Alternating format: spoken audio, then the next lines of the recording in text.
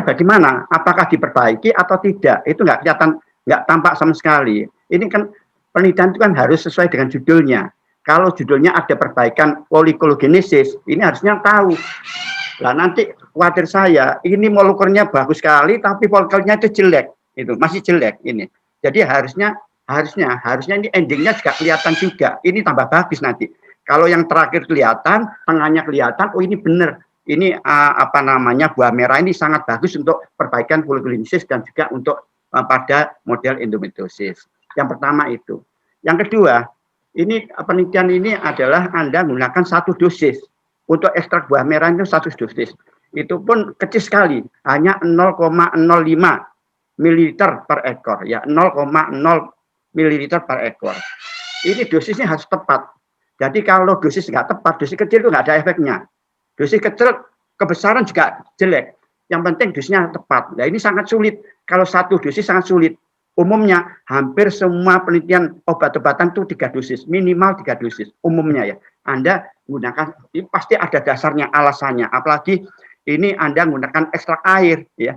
Ekstrak air itu adalah ekstrak yang hanya menarik komponen-komponen yang sifatnya itu polar. Yang non polar nggak ketarik semua. Padahal yang senyawa aktif itu umumnya ini adalah non polar. Ya, non polar.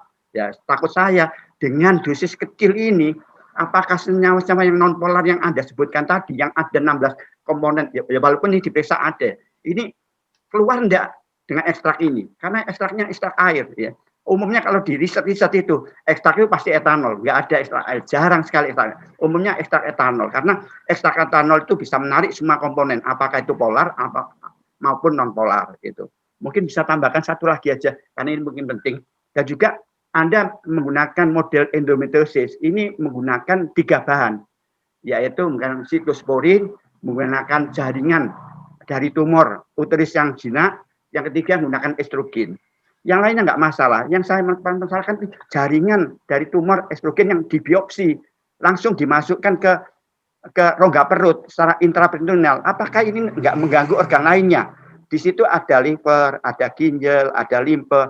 Ini apakah nanti nggak terjadi gangguan? Karena ini jaringan sifatnya adalah jaringan, mudah mengalami kematian. Karena ini lain kalau kultur sel dimasukkan ada medianya mungkin bisa, misalnya kultur sel endometrium itu mungkin bisa, tapi ini jaringan. Kalau jaringan dimasukkan, ya kemungkinan besar kematian di dalam rongga peritoneum itu nggak akan bisa tumbuh, itu mati itu umumnya. Tapi kalau kultur sel stem cell dari endometrium itu kemungkinan masih bisa hidup. Itu mungkin 3 pertanyaan saya. Terima kasih, mungkin bisa dijawab. Terima kasih, Prof. Agus. Kami silakan. Makasih banyak, Prof. Pertanyaan pertama mengenai polikologenesis pada penelitian ini. Jadi pada awal penelitian ini, di tahap awal waktu saya kualifikasi dulu, sebenarnya penelitian ini sampai ke polikologenesis, Prof. Jadi saya mengecek juga folikel primer, sekunder, tersier, dan the graph. Bahkan saya seperti yang tadi disampaikan oleh Prof. Win, bahwasanya apa IPF juga bagus sampai ke situ sebenarnya.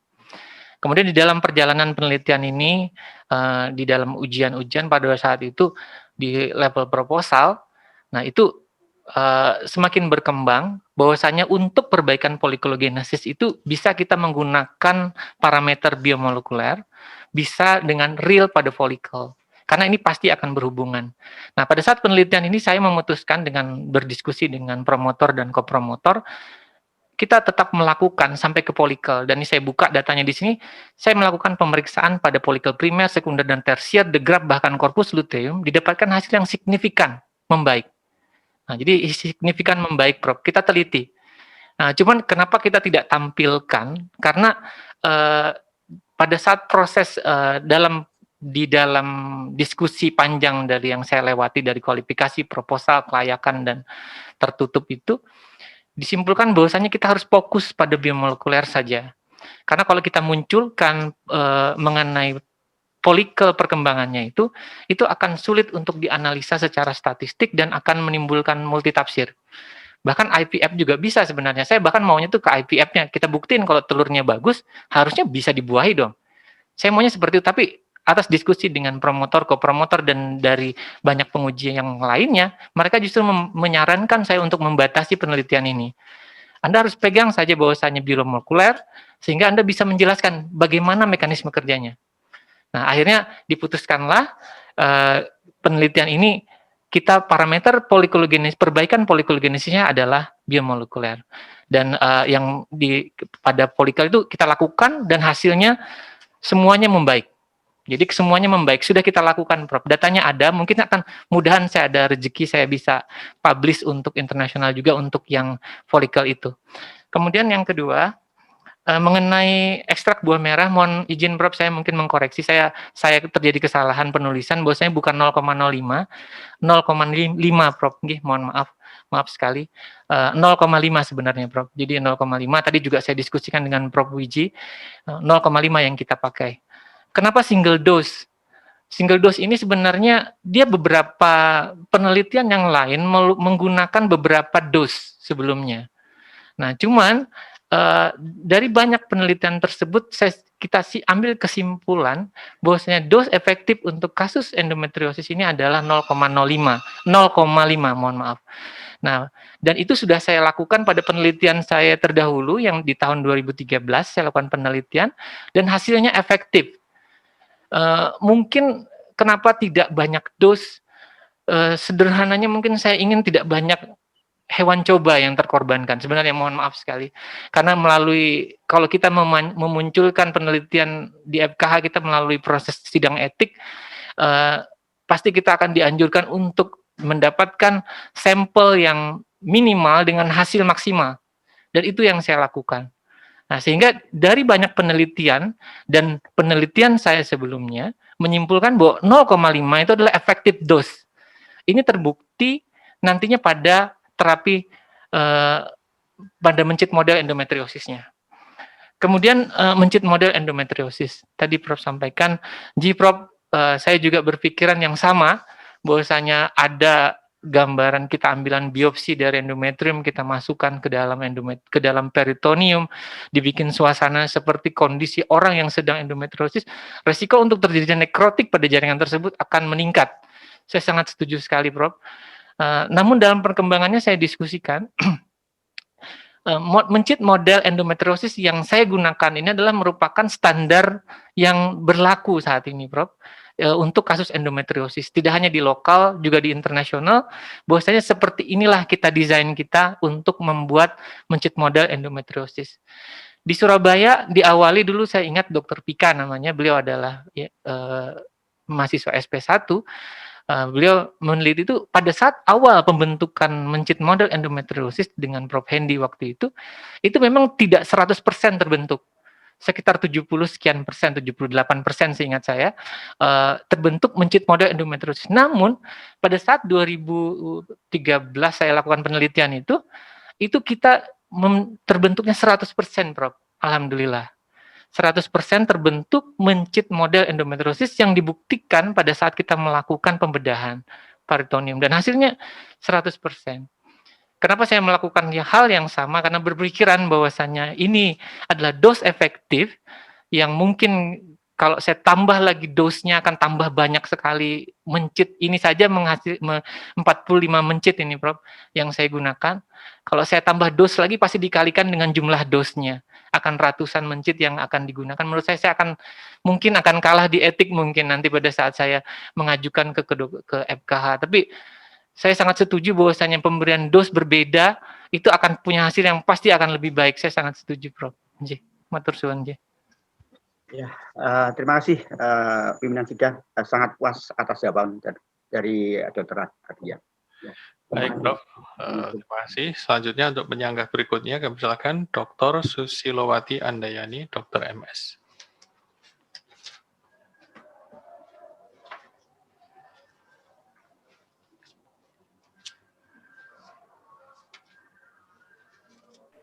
Ya, kami persilakan, Dr. Susi.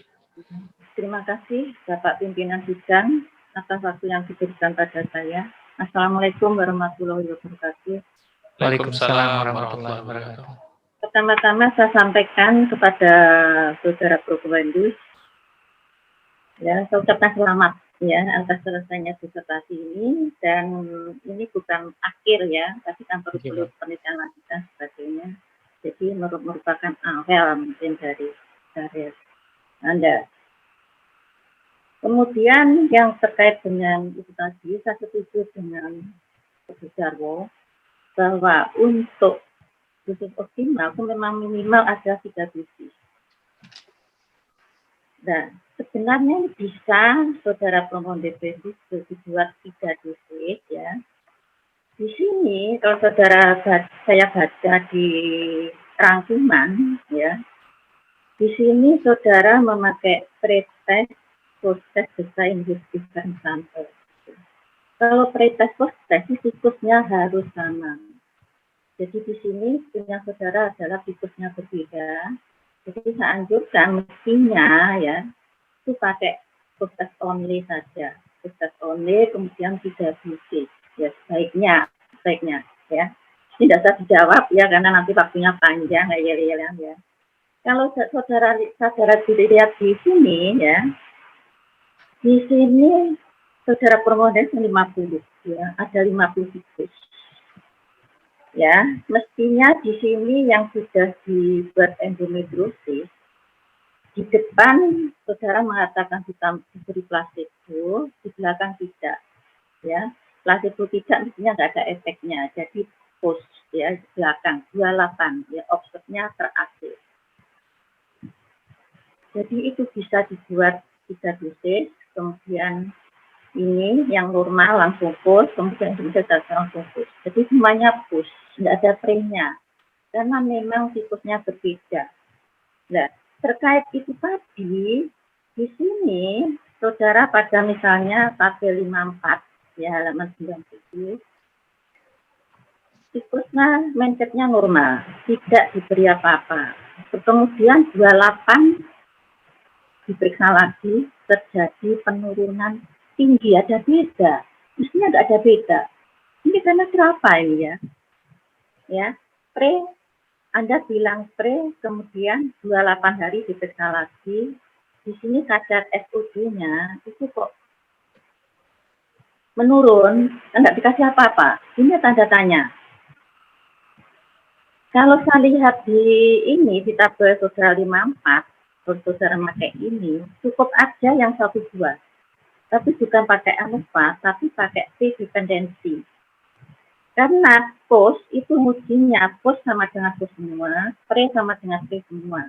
Kalau pre-post, siklusnya harus sama, yang diuji itu adalah deltanya. Ya. Di sini siklusnya berbeda, jadi biasanya itu pakai post only. Jadi yang diuji itu yang postnya semua dibandingkan. Ya, ini saudara jadi 1, post dan pre saudara uji jadi 1. Ya mungkin aja itu tadi juga terkait ada yang pendapat tadi dari Prof. Tadi ada yang signifikan tidak signifikan. Jadi saya anjurkan mungkin yang 2 di atas ini bukan pakai ANOVA tapi dependensi. Ya saudara uji lagi apakah memang signifikan seperti ini ya. Karena kalau 2 itu bukan pakai ANOVA. Ya, kalau normal pakai T-dependensi. Kemudian 3 di bawah, kemudian kok dicampur ANOVA, ini yang tanda tanya. Ini akan mempengaruhi hasil juga. Karena di sini nggak diberi apa-apa kok berubah, mestinya kan tetap ya, paling nggak begitu jauh. Di sini 383, 289, itu kan 1 ya, bedanya tinggi. Itu kenapa kira-kira ya? Nanti saudara cari lagi aja itu. Ya, jadi saya menanggapi itu tadi, Prof. Jarwo bisa, jadi 50 bisa, Anda 3 dosis, kemudian nanti kontrolnya yang kontrol negatif sama positif tanpa doakan apa-apa, nanti yang dibandingkan adalah plusnya. Jadi jalan keluarnya itu tadi, kalau saudara mengatakan ratusan menkit misalnya, itu sebenarnya ya, karena kan sini uji saudara ini kelihatannya tolong nanti dianulasi ya, diperbaiki. Kemudian yang saya kira sudah 2 ya dok. Ya, ini pertanyaan yang tadi saran tidak usah dian aja, nanti Anda lihat lagi, kemudian saudara mungkin hitung ulang, nanti bicarakan dengan promotor ya. Kemudian yang pertanyaan itu tadi bisa yang pertama yang pre sama post, padahal tidak diberi apa-apa kok turun ya. Yang kedua ini tentang manfaat. Penelitian saudara tadi sudah mengatakan manfaatnya pada tikus. Ya, manfaat sekarang itu karena hasil tikus, tetapi saudara sudah mengaplikasikan pada pasien. Nah, yang saya tanyakan di sini, karena ini pada tikus, kemudian saudara tikus ke pasien, itu sebetulnya kan belum tulis sebetulnya, tapi Anda sudah melakukan itu, dosisnya berapa? Jadi tikus kemudian diaplikasikan pada manusia, itu dosisnya berapa? Apakah juga itu ada pemeriksaan yang seperti saudara lakukan di sini sebelum dilakukan? Apakah hanya pada mungkin pakai scan atau apa bagaimana, atau ada pemeriksaan marker-markernya atau bagaimana? Terima kasih. Ya, masih Dr. Sri. Kami persilakan Dr. Sauki untuk menjawab. Baik dok, terima kasih banyak dok atas sarannya. Saya akan diskusikan dengan promotor dan kopromotor saya. Jadi mungkin saya jelaskan pada saat awal penelitian ini, pada saat tahap kualifikasi, saya menggunakan post-test only sebenarnya. Post-test, jadi eksperimental dengan desain post-test only. Kemudian di dalam proses perjalanan diskusinya, di kualifikasi, proposal, kemudian kelayakan itu, kebetulan ada juga penguji statistik. Kemudian beliau juga memberikan bimbingan ke saya, bahwasanya dia bilang bahwasanya penelitian ini bisa kamu punya nilai value yang lebih kalau kamu munculkan sebagai pre-post test design. Kemudian saya jelaskan bahwasanya penelitian ini tidak memungkinkan sebenarnya karena individu yang sama tidak mungkin kita periksa 2 kali karena dia pasti determinasi, dibedah dan akan mencitnya akan mati. Nah, kemudian bagaimana menurut pembimbing saya ini, beliau kemudian penguji juga kebetulan di 4 ujian sebelumnya, bahwasanya ini bisa kita melakukan desain pre-post test design with different sample. Nah, kemudian saya coba cari literatur di banyak ini memang ada di dalam itu dengan istilah separated pre-post test design. Cuman ya mungkin ada sedikit berbeda karena di satu sisi dia merupakan kuasi eksperimental dengan berbagai macam mungkin standar yang berbeda. Nah, cuman saya mengikuti itu hingga sampai terakhir ujian tertutup kemarin dari pembimbing saya bahwasanya ini bisa digunakan. Ya mungkin saya akan diskusikan Dok, saya akan diskusikan ke promotor dan kopromotor untuk mengenai pemilihan uji tadi juga yang dokter sarankan. Insya Allah saya akan coba diskusikan. Kemudian mengenai hasil yang berbeda, nah mungkin itulah ini pernah ditanyakan. Saya ingat sekali ini pertanyaan dulu oleh penguji pada saat ujian kelayakan dan tertutup, kenapa kok yang normal kok dia bisa ngalahin yang normal? Mungkin itu lebih ekstrim lagi pertanyaannya dok. Jadi kalau yang itu kan normal, yang pre sama post kok post beda gitu. Nah kalau yang pertanyaannya ada yang ini lagi, kok yang endometriosis malah bisa mengalahin normal? Nah, pertama mungkin yang saya klarifikasi saat itu bahwasanya inilah hasilnya. Mohon izin saya, ini real data yang saya dapatkan pada saat penelitian, terlepas dari kurang lebihnya bagaimana metode ini dilakukan. Kalau menurut saya mungkin saya patut justru memberikan harapan di sini. Bahwasanya penelitian ini dia kadar buah merah ini akan memperbaiki kondisi normal. Lebih dari normal pun bisa menurut saya. Mohon maaf sekali, tapi ini real dari penelitiannya. Kemudian yang kedua, pada pasien tadi kenapa diberikan terapi kemudian ini, pada saat saya mohon maaf itu tidak secara resmi Jiprop, saya tidak hanya saran-saran saja mengenai dos pun saya tidak menyampaikan karena saya juga tidak tahu, karena melalui proses panjang sampai kita bisa melalui ada 3 fase uji klinis sampai kita bisa meyakinkan itu bisa dijual ke pasaran, kemudian dilakukan uji klinis tahap 4 baru bisa kita sampaikan bahwa ini aman untuk digunakan. Itu hanya sekedar saran karena pasien punya level ekonomi yang berbeda dengan segala macam, dia ingin mungkin terapi yang lebih murah, saran secara informal ke saya dan saya sarankan seperti itu. Jadi itu aja Dok, makasih banyak. Ya, terima kasih atas jawabannya, Dr. Sauki. Berapa Dr. untuk manusia? Ada komentar? Oke, Dr. Susi ada komentar? Manusianya tadi berapa, Dokter Hadian? Jadi kalau dosis manusia belum ada Anji Dok. Jadi kemarin kalau pada saya sarankan, Anda disarankan makan buah merah. enggak, waktu itu saya tidak, jadi gini Dok, buah merah ini kebetulan peneliti pertamanya namanya Dr. Andes Made dari IPB, beliau saat ini dosen di Universitas Cendrawasih Papua, beliau bikin sediaan yang dijual secara umum ke masyarakat. Nah, memang tidak ada di situ kan dosis endometriosisnya, cuman ada standar dos untuk penyakit-penyakit lain menurut versi beliau. Biasanya 3 kali 2 sendok makan, mohon izin Dok. Jadi 3 kali 2 sendok makan, tapi saya tidak menyampaikan itu, mohon izin Dok. Saya tidak menyampaikan itu, saya cuma kalau Ibu mau coba menterapi, Ya, kalau saya mau, kira mungkin perlu penelitian lebih lanjut ya ini ya, Iya, mungkin nanti. Karena ini Terima sudah kasih. beredar di pasaran ya, tinggal diteliti balik untuk efeknya. Ya, terima kasih. Masih. Bisa penjelasan. Assalamualaikum warahmatullahi wabarakatuh. Waalaikumsalam warahmatullahi wabarakatuh. Selanjutnya kami persilahkan Dr. Lili Herawati, Dr. MKes. Satu pertanyaan aja ya Dok, karena waktunya sudah mepet. Terima kasih banyak Dr. Dani. Selamat untuk Dr. Sauki dan juga para promotor Prof. Budi Santoso dan Prof. Wijiati telah mengantarkan bimbingannya hingga sampai pada tahap ini. Dibatasi satu pertanyaan, padahal saya sebenarnya punya 5 pertanyaan. Nanti saya langsung WhatsApp aja ke Dr. Sauki ya. Tadi beberapa pertanyaan seperti aplikasi riset ke depannya ya, itu sebenarnya sudah ditanyakan, cuman memang saya kepo ya, ternyata sudah ada sediaannya, saya pikir harus makan buahnya utuh gitu ya. Oke. Gini, saya melihat hasil, ini menarik sekali ya, bahwa hewan coba yang sakit endometriosis ini setelah diberikan buah merah itu variabel-variabelnya mendukung bahwa dia akan menuju ke yang lebih baik.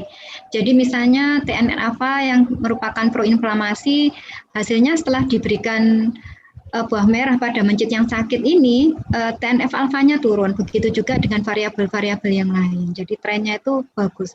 Namun saya juga jadi agak bingung juga ya, pada mencit yang normal, yang tidak sakit, yang tidak diberikan apa-apa, itu kok hasilnya kayak TNF-alpha itu ya, TNF-alpha-nya kok lebih tinggi ya daripada mencit yang sakit yang diberikan buah merah. Apakah berarti artinya buah merah ini sangat potensial ya untuk inflamasi, tapi kalau misalnya untuk orang normal, ini bagaimana ini? Jadi mohon penjelasannya Dr. Sauki. Terima kasih. Ya, silakan Dr. Sauki. Baik Dok, terima kasih banyak Dok. Ini tadi mungkin yang juga ditanyakan oleh Dr. Susi, bahwasanya kenapa bisa hal ini terjadi. Pertama yang saya sampaikan bahwa inilah data real dari penelitian ini, yang tanpa real dari yang kita hasil penelitian kita, bahwasanya memang ada beberapa seperti kadar SOD, TNF-alpha, NF-kB, hyaluronan, kitligan, cekit itu lebih tinggi, dan GDF9 dan BMP15 itu bagus pada ini. Nah, kemudian kenapa kok bisa normal kok terjadi perubahan seperti itu? Nah, mungkin saya walaupun pada kasus ini pada mencit itu sudah kita lakukan standarisasi bahwasanya semua diperlakukan dengan kondisi yang sama, tapi kondisi inflamasi, radikal bebas dan sebagainya itu pasti akan tetap terjadi, even pada orang yang normal. Nah, sehingga bisa jadi TNF-alpha atau apa itu bukan karena efek dari endometriosisnya, bisa jadi karena sesuatu yang lain, oleh lingkungan dan sebagainya. Itu yang mungkin bisa menjelaskan kok hasilnya kok berbeda, walaupun itu pada kasus yang non-endometriosis dan sebagai kontrol. Nah, justru seperti saya setuju seperti yang dokter sampaikan, apakah ini justru ini yang benar-benar efektif? Saya sangat setuju bahwa ini sangat efektif, Dok. Ini sangat menjanjikan, insya Allah. Mudahan bisa saya lanjutkan lagi yang lebih bagus. Ini sangat menjanjikan. Kebetulan saya di bidang fertility juga bekerjanya. Saya akan lanjutkan bahwa ini sangat bermanfaat, terutama pada pasangan-pasangan infertil. Walaupun tadi secara informal saya coba dan alhamdulillah baik, tapi tadi seperti Dokter Susi sampaikan nggak boleh begitu. Saya setuju, tapi insya Allah saya akan mencoba untuk secara lebih ilmiah lagi sehingga ke pasiennya akan bermanfaat. Yang penting pasiennya baik. Oke, itu aja Dok. Makasih banyak. Ya, Baik, terima kasih puas dengan jawabannya. baik, terima kasih Dr. Lili. Selanjutnya penyangga berikutnya kami persilakan Profesor Dr. I. Ketut Sudiana, Dr. Andes MSI. Kami silakan Prof. Ya. Satu pertanyaan ya Prof. Ya, terima kasih. Sebenarnya pertanyaan sudah semua disampaikan ya. Saya hanya karena nguji saya harus bertanya gitu ya. Sebelumnya saya ucapkan selamat pada Dr. Sauki, juga pada tim pembimbing Prof. Budisan sama Prof. Wiji. Selamat setelah selesai mengantarkan sampai ujung penelitian ini ya.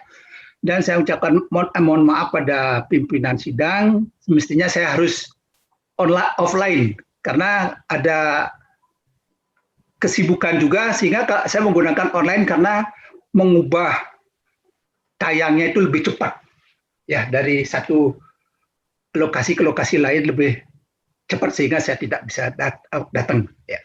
Oke, Dr. Saki, ini pertama dari simpulan ini nanti diperbaiki dulu masukan ya, karena ini penting ya. Jadi tentang mekanisme itu jangan ngomong suatu perubahan. Perubahan itu bisa TNF alpha bisa naik atau bisa turun. Nah, untuk itu kalau diberikan ekstrak buah merah etanol ya, itu nanti TNF alpha-nya akan menurun. Jangan ngomong perubahan, terjadi penurunan TNF alpha, penurunan NFKB, peningkatan itu. Nah, untuk menjelaskan itu, Anda melihat di analisis jalur. Analisis jalur ini kenapa tidak dibuat yang sistematik? Artinya antara nih angka tanda min sama positif itu sangat jauh artinya. Jadi ada beberapa tanda yang tidak muncul di situ. Itu ya. Nah, itu nanti diperbaiki ya. Oke, pertanyaannya singkat aja. Kalau pada lihat kasus endometriosis tadi, saya dengar bahwa ada gangguan pada penopoda, bisa juga pada granulosa, bisa pada TK. Itu yang mempengaruhi gangguan pada vakulogenesis ya. Nah, sekarang pada konsep saudara hanya melihat dari satu aspek, yaitu sel granulosa. Dari sini kemudian terjadi peningkatan suatu TNF alpha. Terjadi kerusakan sel granulosa. Mohon dijelaskan bagaimana mekanisme terjadinya kematian sel granulosa akibat adanya suatu reaksi inflamasi yaitu peningkatan TNF alpha. Silakan. Silakan Dr. Sauki. Baik, terima kasih banyak Prof. Untuk sarannya akan kita perbaiki. Terima kasih banyak. Untuk mekanisme bagaimana peningkatan TNF alpha untuk bisa menginduksi apoptosis pada sel granulosa, itu sel granulosa itu mengekspresikan TNF alpha R1 reseptor 1, di mana sehingga terjadi ikatan antara TNF alpha dan TNF alpha R1. Kemudian adanya ikatan TNF alpha dengan TNF alpha R1 itu akan menginduksi aktivitas dari FADD, Prof. Jadi Phase Associated Protein with Dead Domain, atau dikenal juga dengan MORT1. Kemudian di dalam sitoplasma sel granulosa, kemudian FADD ini akan menginduksi caspase. Nah, kemudian caspase ini akan mengaktifkan DNase. DNase inilah yang merusak DNA sehingga terjadinya proses apoptosis pada sel di granulosa. Mungkin seperti itu, Prof. Ya. Oke, terima kasih. Jawabannya saya puas dengan jawaban saudara. Mungkin nanti di dalam saran, karena TNF alpha ada dua reseptor, TNF alpha reseptor 1 dan 2, di mana 2 berperan sebagai survive cell, sedangkan 1 untuk apoptosis kan itu ya. Mungkin kerja daripada ekstrak ini perlu diberikan inhibisi terhadap TNF alpha reseptor 2. Terima kasih pimpinan sidang. Waktunya setelah saya selesaikan. Terima kasih. Terima kasih Prof. Ketut. Luar biasa. Untuk penyangga terakhir pada saya sendiri, satu pertanyaan aja Dr. Sauki. Pada analisis jalur itu terlihat bahwa yang paling kuat itu adalah SOD, kemudian dia mendorong untuk ke arah TNF alpha, NF-kappa B ya. Jadi semuanya berpusat di NF-kappa B. apakah mungkin dari SOD itu langsung untuk mempengaruhi hyaluronan atau variabel yang lain? Mohon penjelasan. Terima kasih banyak, Dok. Kalau berdasarkan teori yang ada, karena posisi SOD-nya ini sebenarnya adalah di peritoneum, sedang